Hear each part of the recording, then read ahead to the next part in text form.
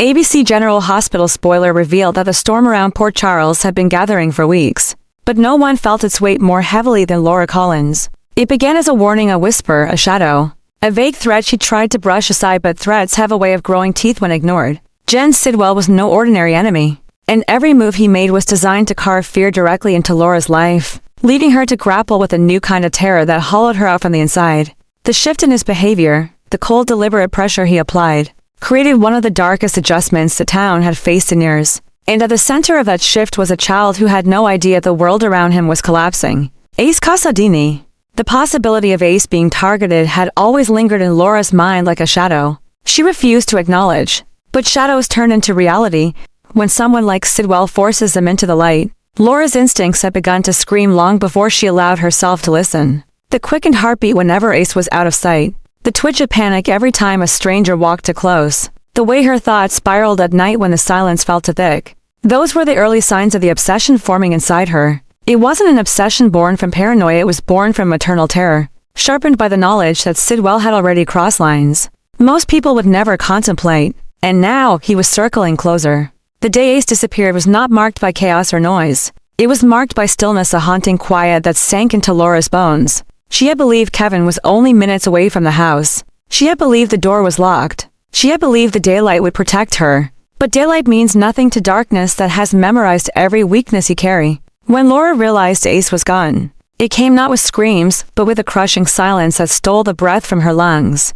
Her hands trembled not from shock but from a terrible recognition. The moment she had feared, the moment Sidwell had been pushing her toward, had finally arrived. This was not a random kidnapping. It was a calculated strike, engineered to shatter her. Sidwell had been taunting her for weeks, subtle glances captured on security cameras, mysterious packages with photos taken from angles she never noticed.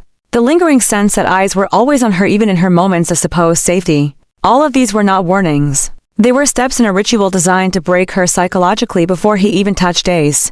The kidnapping wasn't the beginning of the nightmare. It was the crescendo. As Laura sank into the numbness of that realization, her mind replayed every moment that had led to this. Sidwell approaching Charlotte. Sidwell leaving veiled threats about Ace's future. Sidwell letting her know, without saying a single word, that he owned the narrative now. Her entire world had shifted around his shadow, and every adjustment she tried to make to protect Ace only seemed to tighten the noose. She had felt the shift happening inside her long before the kidnapping, her thoughts growing darker, her fears gaining teeth, her choices becoming reactive instead of strategic. That was Sidwell's true weapon, not violence, but psychological erosion. And now, with Ace missing, that erosion became a landslide. Laura found herself unable to breathe as the truth settled. Everything she had been doing, the urging of Kevin to take Ace away, the precautions, the quiet choices made in the name of safety, all of it had been part of Sidwell's design. He had anticipated every step she took. He had studied her, mapped out her reactions, and pushed her into a mental labyrinth where every door led back to him. The kidnapping wasn't just his goal, it was proof that he had taken everything from her, including her sense of control. Her obsession with protecting Ace had become a curse now that Ace was gone. The air in her home felt poisoned by memories. Ace's toys suddenly felt like artifacts left behind in a crime scene. The jacket he wore earlier in the day still lay draped over a chair, mocking her with the innocence she failed to safeguard. Every empty space he once filled now pulsed with the ache of absence. Ace, the child she had sworn to protect after Nicola's vanished into darkness, had once again become the victim of a Casadini curse she desperately tried to break. And then came the true horror, the letter. It arrived without fanfare, slipped quietly beneath her door like a snake slithering into her home. The handwriting was unmistakably Sidwell's, elegant, sharp, controlled. The message within wasn't a demand, wasn't a ransom, wasn't even a threat. It was a simple sentence that twisted her stomach into knots. You were warned. Nothing more. Nothing less. And that minimalism made it infinitely more terrifying. Sidwell was not a man who acted without purpose. This kidnapping was a message, a lesson, a demonstration of his power. Laura was no longer fighting a criminal. She was fighting a strategist who saw her fear as a tool, who viewed every emotional bond she cherished as leverage. She had entered a psychological battlefield designed by someone who understood that the deepest wounds aren't inflicted by knives, they're inflicted by helplessness. As the hours crawled by, Laura's mind began to unravel. Every minute without Ace felt like a year. Every passing shadow outside her window felt like Sidwell watching her react, exactly the way he predicted she would. Her grief grew into something feral, raw, and consuming. She paced the house again and again, retracing her steps, reliving moments she couldn't change, clawing at any tiny detail that might lead her to Ace. But her mind, fogged by fear and guilt, could not find clarity. She was drowning in her own obsession. The authorities mobilized quickly, but even they could sense the shift Sidwell had orchestrated. This wasn't a kidnapping meant for negotiation. It was a psychological war. The word Casadini alone ensured that everyone involved approached the case with trembling uncertainty. Casadinis have long histories of secrets, of power, of violence. And Ace, though innocent, carried that legacy written in his blood. Sidwell knew it. Laura knew it. And now the entire town would feel the impact of a child who symbolized both innocence and danger. Because Ace was no longer just missing. The act of his kidnapping created a ripple effect that touched every corner of Port Charles. His disappearance awakened old enemies, stirred dormant alliances, and sparked fears that the Casadini legacy was spiraling into a new era of chaos. Ace became the trigger for a chain reaction no one could stop. And that was exactly what Sidwell wanted. Laura felt the shift, this explosion of consequence, long before anyone said it aloud. Ace was no longer simply a victim, he was the epicenter of a storm. His kidnapping had detonated something deep within the town. Old traumas resurfaced. Loyalties fractured. Dangers multiplied. The emotional weight of his loss pulled everyone into its gravitational field. Nicola's disappearance, Spencer's death, Esme's tragedies.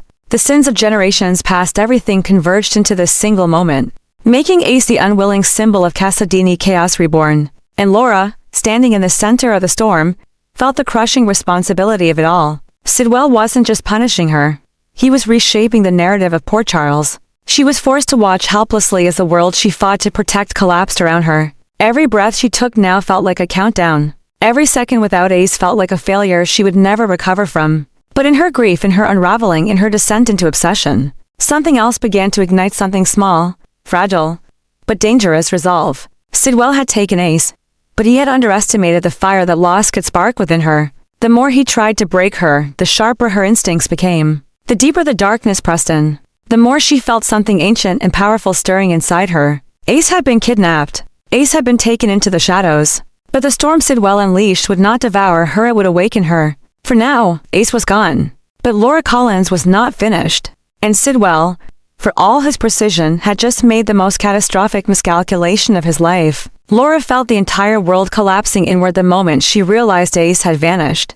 But the deeper she spiraled into her own fear, the more she clung to the wrong enemy. Convinced that Sidwell was the architect of the nightmare tightening around her, unaware that the true threat had been moving silently behind her, studying her every weakness, watching her every step with a predator's patience. For days she had believed that Sidwell's threats, his photographs, his intimidation, were all building toward an inevitable strike. But that illusion shattered the moment she discovered that nothing about Ace's disappearance matched Sidwell's usual patterns. There was no message demanding leverage, no taunt designed to torment her, no breadcrumb trail meant to force her into submission. Instead, there was only silence, cold, calculated, intentional silence, something so eerie that it clawed at her instincts, whispering that she had misread the entire situation. And slowly, painfully, terrifyingly, Laura began to understand that Ace's disappearance was not the work of Sidwell at all, but the return of a shadow she had once prayed would never resurface. Esme had come back, not the confused, memory-lost version who once wandered Port Charles searching for herself,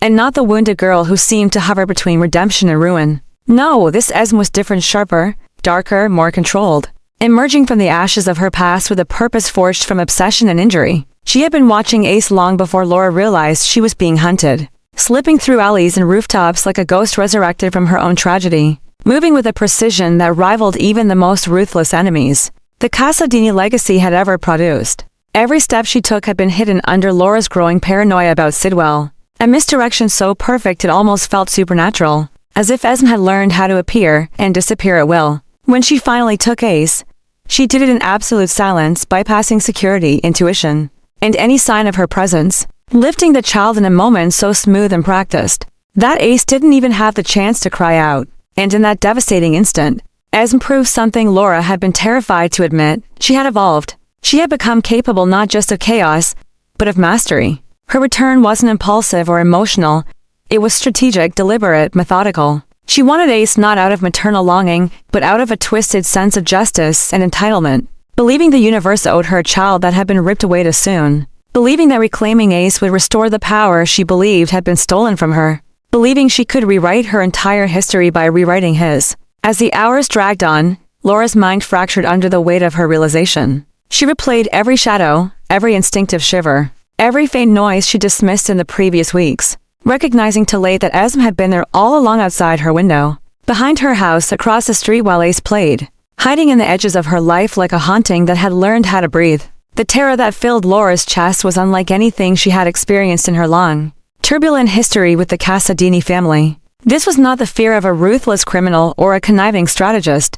This was the fear of a mother fighting another mother twisted by darkness. A woman who had lost everything and reshaped that loss into a weapon. Esme was not acting out of rage, she was acting out of purpose. And purpose made people far more dangerous than anger ever could. In the days that followed, Ace's disappearance became the epicenter of a psychological earthquake that rippled through Port Charles. Laura tried to think, tried to plan, tried to breathe, but her thoughts were consumed by visions of Esme cradling Ace in the dark, whispering promises that weren't real, feeding delusions that painted her as a victim reclaiming her rightful place. Laura felt herself slipping into obsession, checking doors, pacing through rooms, imagining Esme standing in every shadow. She could feel Esme's presence even when she wasn't there, like a phantom pressing against her spine, reminding her of her failure, of her blindness, of her inability to protect the one innocent soul she had sworn to shield from the Casadini lineage of pain. Meanwhile, Esme herself moved deeper into the darkness, hiding Ace in forgotten corners of Spoon Island, old tunnels carved by Casadini ancestors, abandoned rooms that still held the echoes of past madness. She watched the town erupt into panic from a safe distance, her mind dancing between triumph and delusion. Convinced that fate had finally given her the chance to reclaim what she considered rightfully hers, she saw herself not as a kidnapper but as a mother resurrecting her identity, rewriting her destiny, seizing control from a world that had stripped her bare. Her sense of righteousness grew with every passing hour, fueling the transformation she had undergone. She had become a creature built from shadows and memory, shedding weakness, shedding guilt, shedding everything except the hunger to reclaim her place in a world she believed had tried to erase her. Laura's suffering only intensified as she pieced together the truth, and with every realization, she felt her sanity stretch thinner. She understood that Esme's return marked a new era of psychological warfare, not the kind fought with weapons or power, but the kind fought with fear, manipulation, and the haunting knowledge that some enemies return stronger after they fall. And Esme had fallen so many times that her return was no longer human, it was myth reborn. Ace's absence began to echo beyond Laura, spreading through the entire community like a sickness. Whispers turned into theories, theories into dread, dread into chaos. The Casadini name ignited old fires, and the possibility of Esme haunting Port Charles once more resurrected scars the town had tried desperately to bury. Through it all, Esme watched, satisfied as if every tear shed by Laura, every frantic search organized by the police, every sleepless night endured by Kevin or Charlotte or anyone touched by Ace's disappearance, fed the power she believed she had regained. And in that twisted satisfaction lay the truth Laura feared most. Esme would not stop. She had reclaimed Ace, but she wanted more. She wanted control. She wanted recognition. She wanted revenge. Her return was not the end of a story, it was the beginning of a new terror. And Laura knew, with a clarity that pierced straight into her bones, that she was standing at the edge of a war she was not prepared to fight. Because Esme was not just back. She was reborn. And Ace was only the first piece she intended to claim. Laura felt the walls of Port Charles closing in as something far more sinister began to take shape. Something she had not anticipated even in her darkest fears. Because the nightmare unraveling in front of her was no longer driven by a single threat, but by two forces entwined in a way that twisted logic and tore apart any sense of stability she once held. For so long she believed Sidwell and Esme were enemies circling separate shadows. But the horrifying truth emerged slowly like poison seeping under a locked door. The two had formed an alliance. A partnership built not on trust but on mutual benefit, each using the other as a weapon to achieve something far more disturbing than either could accomplish alone. Sidwell brought strategy, infrastructure, surveillance, manipulation, the cold intellect of a man who enjoyed watching others crumble. Esme brought emotional chaos, unpredictability, a mother's twisted rage, and the deceptive innocence of a past self that made her almost invisible until she struck. Together they became something new, something deadly. Something Laura could not fight with logic or negotiation, because they operated like twin shadows on opposite sides of the same darkness, bending around each other's weaknesses and amplifying each other's cruelty. The realization shattered the fragile stability Laura had been clinging to, igniting an obsession within her that grew louder, sharper, and harder to control. With each passing hour Ace remained missing. The thought that Esme was not acting alone, that Sidwell had given her structure and planning and information, transformed Laura's fear into something deeper and all-consuming dread that pulsed inside her, like a second heartbeat, reminding her that every mistake she had made, every second she hesitated, had allowed this alliance to grow stronger. And Esme, empowered by Sidwell's support, began pushing harder toward the thing she believed was rightfully hers, motherhood. She wanted Ace back, not as an emotional desire but as a declaration of fixation, a claim etched into the fabric of her identity. In her delusion, she saw Ace as a symbol of everything stolen from her: freedom, love, legacy. Revenge, and reclaiming him meant reclaiming herself. Sidwell, recognizing the intensity of Esme's fixation, used it to his advantage, guiding her anger towards strategic targets, shaping her chaos into a weapon that could dismantle the people Laura relied on most. Laura's obsession with protecting Ace merged with her dread of facing the new monster rising before her, a version of Esme who was no longer lost, no longer confused, no longer searching for memory or forgiveness. She was now calculating, organized, sharpened by Sidwell's influence, and the union between them created a ripple of violence preparing to swallow Port Charles whole. Esme's next moves became terrifyingly clear, as she and Sidwell coordinated something far bigger than kidnapping. They were expanding outward, planning to strike at anyone who dared to stand between Esme and what she believed was hers. She began to stalk Trina, watching her from a distance, memorizing her routines, observing her patterns with a cold detachment that chilled even Sidwell, who recognized that Esme's jealousy and rage were beginning to spill beyond the boundaries he intended. Trina represented something Esme could not tolerate: someone who had touched Ace's life emotionally, someone Laura trusted, someone Esme perceived as a threat to her reclaimed motherhood. That delusion evolved into a dangerous fixation, and soon Esme's pointed attention drifted toward Portia and Curtis, the two people Trina depended on most, creating a triangular target that Sidwell found strategically useful. He fed Esme's paranoia, convincing her that Portia and Curtis had always wanted Ace removed from her influence, pushing her deeper into a murderous state of mind where harming them became not just justifiable, but necessary. Laura could feel something horrific taking shape, a storm building beyond her control, and her own obsession surged as she realized Esme's attacks were no longer emotional. They were about to turn violent. The shadows Esme moved in began to thicken with bloodlust, a hunger sharpened by Sidwell's manipulation, and the quiet corners of Port Charles started to tremble under the weight of what was coming. Esme envisioned a cleansing, a brutal reclamation of her place in the world, a purge of everyone she believed threatened her identity. And Sidwell envisioned chaos that would break Laura entirely, destroying her stability, her alliances, her faith in herself. Their partnership became a machine designed to dismantle the lives of those closest to Laura, pushing her toward psychological collapse as she struggled to comprehend the magnitude of what she was facing.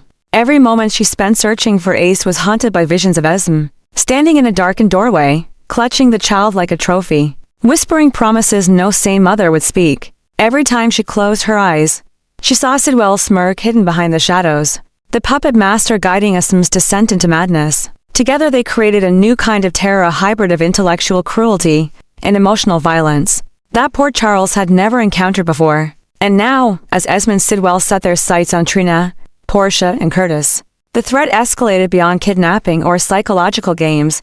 It evolved into a campaign of blood, a fanatical crusade in which Esme believed she was purifying her path to motherhood by eliminating those who stood in her way. Laura felt time slipping away, felt the panic choking her, felt the ground shifting beneath her as she realized she was facing not just one adversary, but two perfectly aligned in their desire to break her life apart. The town had become a chessboard, the pieces already in motion, and Esme-powered reborn, sharpened by Sidwell's mentorship, stood ready to strike with a ferocity Laura had no defense against. The impending violence hovered in the air like a storm cloud ready to burst, and as Esme prepared to unleash her wrath on Trina, Portia, and Curtis, Port Charles braced unknowingly for a blood-soaked reckoning that would redefine the meaning of fear. Nicholas had spent months living in the shadows, moving from place to place like a man untethered from the world. He once commanded with quiet authority, but the silence that had once protected him had evolved into something sharp and suffocating. A constant reminder that every day he remained gone was another day he risked losing the last ties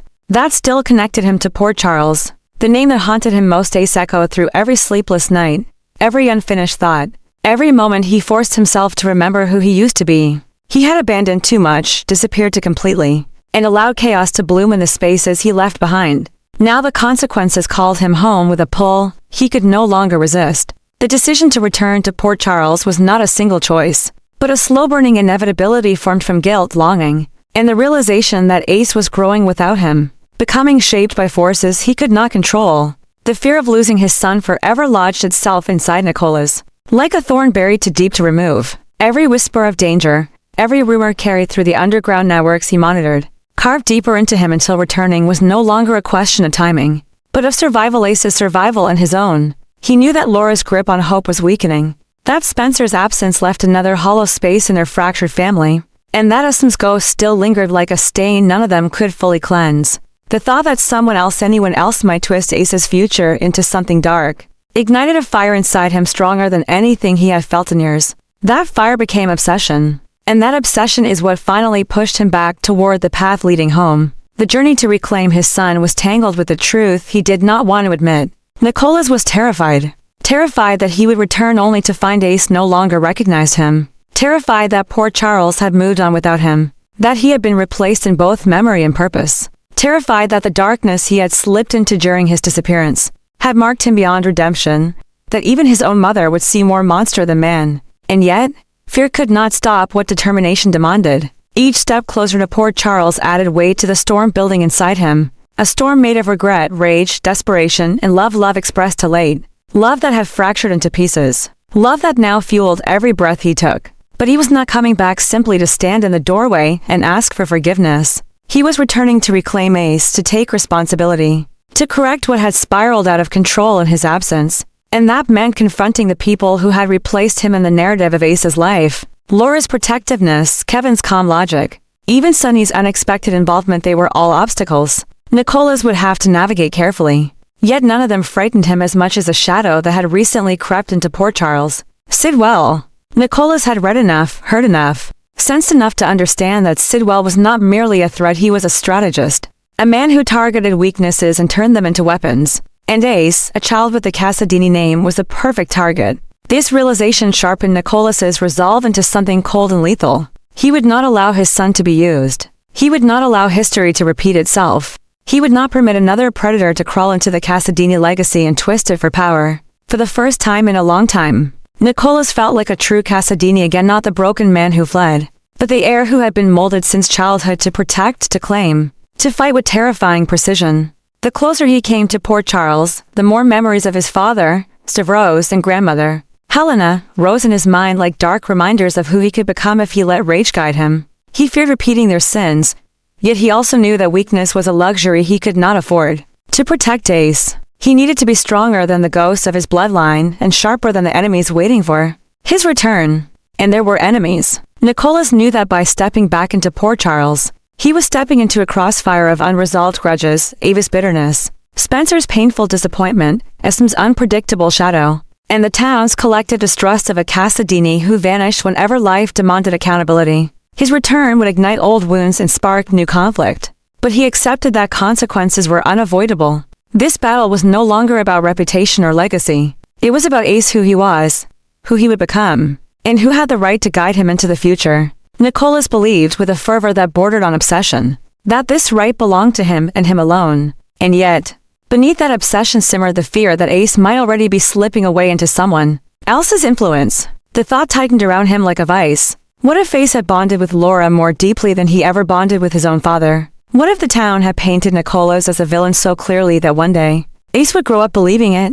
What if his son learned to fear the very man meant to protect him? The questions punched holes in his composure, but they also fueled his determination to return stronger, clearer, ready to rebuild what he had broken. He imagined the moment he would finally see Ace again, the tiny face, the dark Casadini eyes, the innocence he was desperate to protect. That imagined moment became his anchor, pulling him through the haze of doubt and preparing him for the storm awaiting him back home. Because poor Charles was a battlefield, and Nicholas knew that stepping onto it meant confronting every consequence, every enemy, every piece of himself he had tried to outrun. But he also knew this: he would burn down anything that threatened Ace, even if it meant facing a war he could not fully predict, even if it meant becoming the kind of man people whispered about in fear, even if it meant unleashing the Casadini darkness he swore he would never use again. Nicholas was coming home, and nothing, not Sidwell, not Esme's shadow, not the town's judgment, would stop him from reclaiming the child who anchored what remained of his fractured soul. His return wasn't just a homecoming.